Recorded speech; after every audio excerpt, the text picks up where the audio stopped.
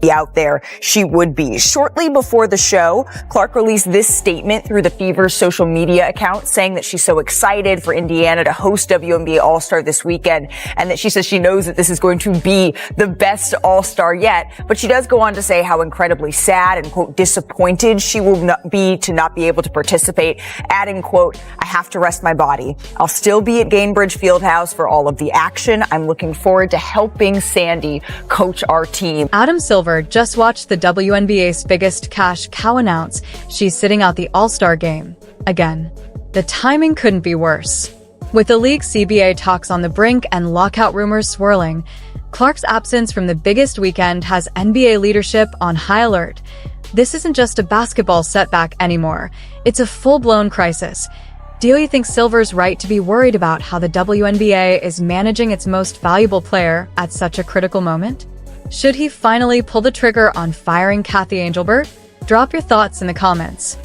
We do start our show, though, with unfortunate news out of the WNBA. Caitlin Clark announced today that she will miss both the three-point contest and the WNBA All-Star Game this upcoming weekend in Indiana after re-aggravating a groin injury in that final minute of Tuesday's win over the Connecticut Sun. Clark had missed 4 games and the Commissioner's Cup final with that groin injury earlier this month, and now will be out for this weekend's festivities, which really stinks for fans, but you know that if there was any way that she could be out. Let's unpack why this situation is a total nightmare for the league that on Thursday afternoon, Caitlin Clark officially pulled out of the All-Star Game. She had already bowed out of the three-point contest on Friday after re-injuring her right groin during Tuesday's game, with Lexi Hall stepping in. But here's what makes this truly devastating. This isn't happening in some quiet week. It's unfolding right in the middle of crucial collective bargaining agreement negotiations, the talks that could very well decide if the WNBA even has a 2026 season. I'll leave the specific question about the foul to my colleague, Commissioner Engelberg. I mean, other than as a fan, obviously, you know, it's nothing new in basketball that there's sort of welcome to the league moments, especially for heralded rookies. But of course, I want to see Caitlin treated fairly. And Adam Silver has already made it clear he wants Caitlin Clark to be treated fairly and properly within the league. So when she misses the WNBA's biggest event because of what many see as poor injury management, it's not just concern, it's a serious red flag. Since the NBA financially backs the WNBA, this isn't merely a PR headache for Kathy Angelberg.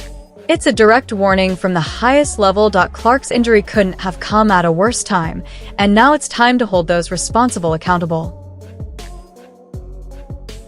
Look, JC Sheldon knees CC in the groin. It was just a weird... It is not looking good for Caitlin Clark. This was by far the worst ref game. It looked like they wanted Caitlin Clark to be hurt, or they wanted something bad to happen. Commissioner Kathy Angelberg has utterly failed to protect the league's most marketable and influential player. Veteran sports columnist Christine Brennan hasn't held back, criticizing Angelberg for dodging questions about Clark and instead pivoting to other players like Angel Reese. Even when Clark is the sole focus, that's not leadership. It's spin, and fans aren't buying it. In terms of the comments, in terms of the way the commissioner, Kathy Engelberg, who I've known and I like, the way she has trouble talking about Caitlin Clark, or if she's asked about Caitlin, then she will say, well, Caitlin and Angel. Well, she wasn't asked about Angel, you know, she was asked about Caitlin. This incredible inability to deal with the facts and to state the obvious. It is astounding to me how Kathy Engelberg doesn't come out after the Marina Mabry hit and say, that's unacceptable, the refs got it wrong. Okay, should have been kicked out then, you weren't. This is the person in charge of pushing the league forward, and she can't even say Clark's name without pivoting. It's not just a missed PR opportunity. It's a leadership vacuum. The numbers don't lie. Since Clark's injury, national WNBA viewership has plummeted. Games featuring the Indiana Fever on national TV dropped from an average of over 1.8 million viewers to just 847,000. A 53% collapse. That's millions of dollars vanishing overnight, and Angelberg acts like everything's fine. How did we get here? Let's talk about the officiating disaster that set the stage. Kinesiology expert Dr. Lucas Seifer reports 141 injuries across the WNBA since opening night, out of just 179 active players in a 44-game season. That's an absurdly high injury rate. IT should have triggered urgent action from league leadership, but Angelberg's response has been about as effective as a wet napkin. The ball handler, there's a grab, there's a hold, there's another grab. I mean, all of those are fouls. Every single one of them. And here, that's a foul, and finally they call. Officiating has been so poor that WNBA legend and broadcaster Becca Lobo called it out live on air. During a game, she pointed out multiple missed fouls on Caitlin Clark, saying, "There's a grab. There's a hold. Another grab. That's a foul. That's a foul." When Hall of Famers are forced to publicly criticize officiating in real time, it's not a minor issue. It's a total breakdown of league credibility. And it's not just the media speaking up. Caitlin Clark's own coach, Stephanie White, has repeatedly gone public with her frustration, saying, "I thought she got fouled. It's pretty egregious what's been happening to us. The disrespect toward our team has been unbelievable." I thought she got fouled. I think it's pretty egregious what's been happening to us the last few games. A minus 31 free throw discrepancy. And I might be able to understand it if we were just chucking threes, but we're not. We're attacking the rim. And the disrespect right now for our team has been pretty unbelievable.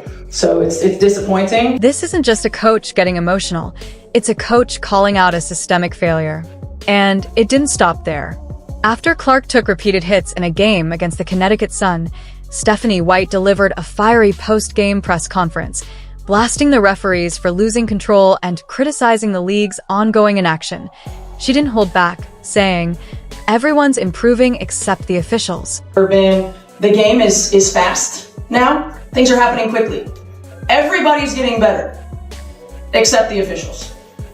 So we got to find a way to remedy it.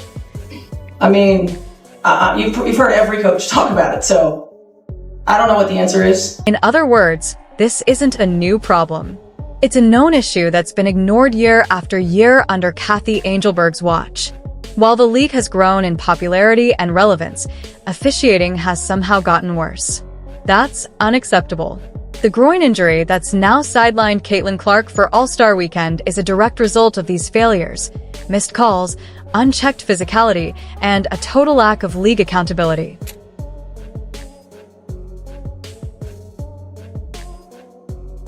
Marina Maberry shoved Caitlin Clark to the floor after a dead ball, a clear act of aggression. Initially, officials handed out only a technical foul, but after a public outcry, the league was forced to upgrade it to a flagrant 2. They didn't get it right in real time.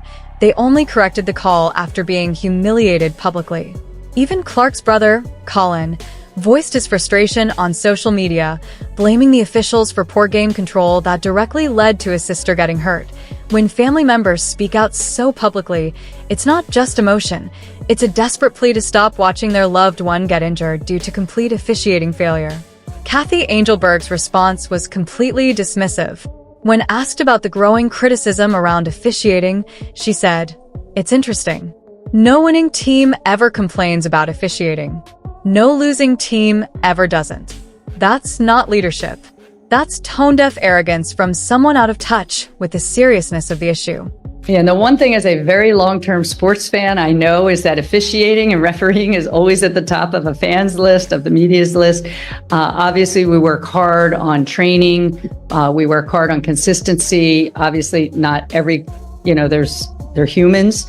Looking at technology, basketball is a little more complex than tennis, for instance, around technology of officiating. So we're looking at a variety of different dimensions. The business fallout from Cathy Angelberg's mismanagement is massive.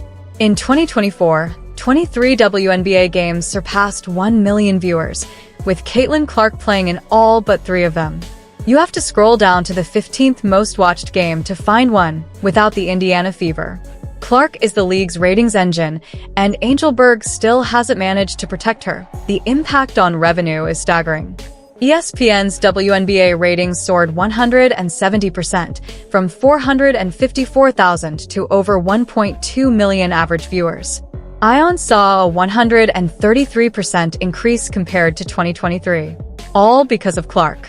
Now, Angelberg's failure to keep her safe is threatening hundreds of millions in future revenue, and this isn't a one-off situation. Just this past Tuesday, the Fever Sun game ended with 5 technicals, 3 ejections, 2 flagrant fouls, an absolute disaster.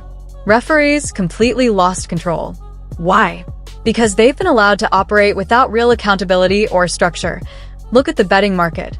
When Clark went down, sports betting activity on Fever games dropped nearly 50% immediately. That kind of drop from a single player's absence tells you everything about her value. She's not just a star, she's the heartbeat of the league's entire business model. Adam Silver sees it. He knows Clark has brought unprecedented attention to women's basketball, but he's also raising red flags about how she's being treated. When the commissioner of the WNBA's funding partner league speaks with subtle but firm concern, it's not just a warning.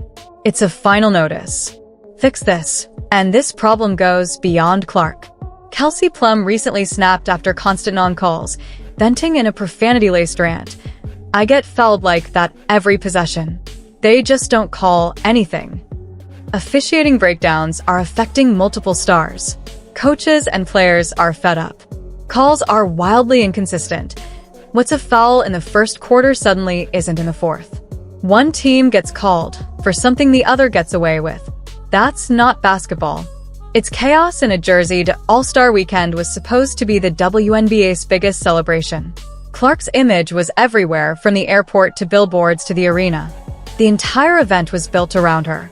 And now she's benched due to repeated injury and mismanagement. Layer in the ongoing CBA talks, and the picture becomes even worse. The current agreement ends October 31st, 2025, and players are already bracing for a potential lockout.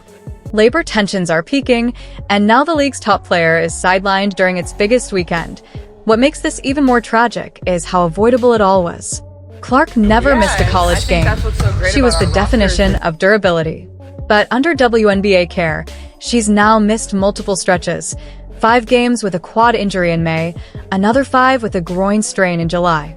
A player once untouchable physically can't stay healthy now. The numbers are terrifying. Her return game drew 2.2 million viewers, peaking at 2.88 million, up 76% over last year's average ABC WNBA game. Her presence alone drives ratings to unprecedented highs. Without her, the league bleeds audience, relevance, and revenue. Even veteran journalists like Christine Brennan are speaking out, saying they like Angelberg personally, but the league office is completely failing to properly market its biggest draw. When respected media voices publicly air grievances, it's not nitpicking. It's a full-blown call-out. Meanwhile, fans are mobilizing. Online petitions demand officiating reform. One reads, "Since Caitlin Clark's arrival, Indiana Fever games have been plagued by missed calls, questionable officiating, and zero discipline for dangerous play." That's not feedback. That's a movement. The pattern of Clark's injuries is even more concerning. Analyst Rachel Dia pointed out how the injuries keep shifting: left quad, left groin, right groin, suggesting her body mechanics are being thrown off from repeated hits. This isn't wear and tear. It's systemic breakdown caused by unchecked abuse on the court. The stakes couldn't be higher.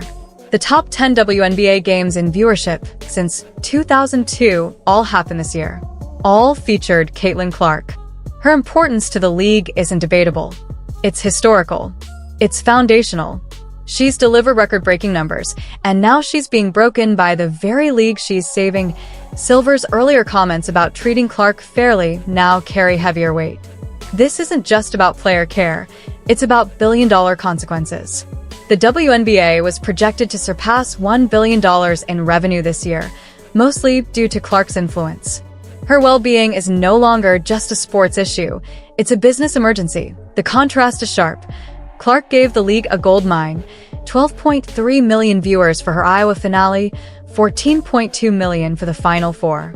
That Final Four was ESPN's most-watched basketball game ever, men's or women's. And what has the WNBA done with this opportunity? Mismanaged it at every turn. The All-Star Weekend is the perfect metaphor for the Angelberg era. Massive expectations, massive promotion, and a massive letdown. Everything happening now reflects what's being debated in CBA negotiations. Players want a share of rising revenue, and they deserve it. But how do you even start that conversation when the very person driving that revenue is constantly injured due to officiating chaos? Even internationally, this mess has consequences.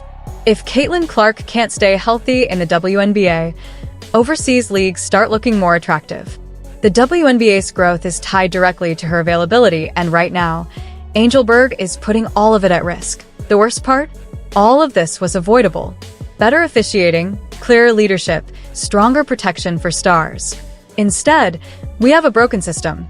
Part-time refs paid per game, juggling NCAA and WNBA duties, no consistency, no training standards, and zero long-term accountability.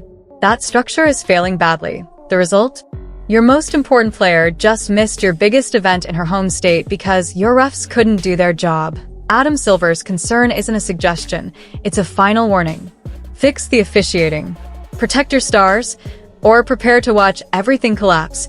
Do you think Adam Silver is right to be worried about how the WNBA is handling its most valuable player during such a pivotal moment? Should he finally fire Kathy Angelberg? Let us know down in the comments below. Like, subscribe, and turn on all notifications so you never miss out. Click the video on the screen, and we'll see you in the next one.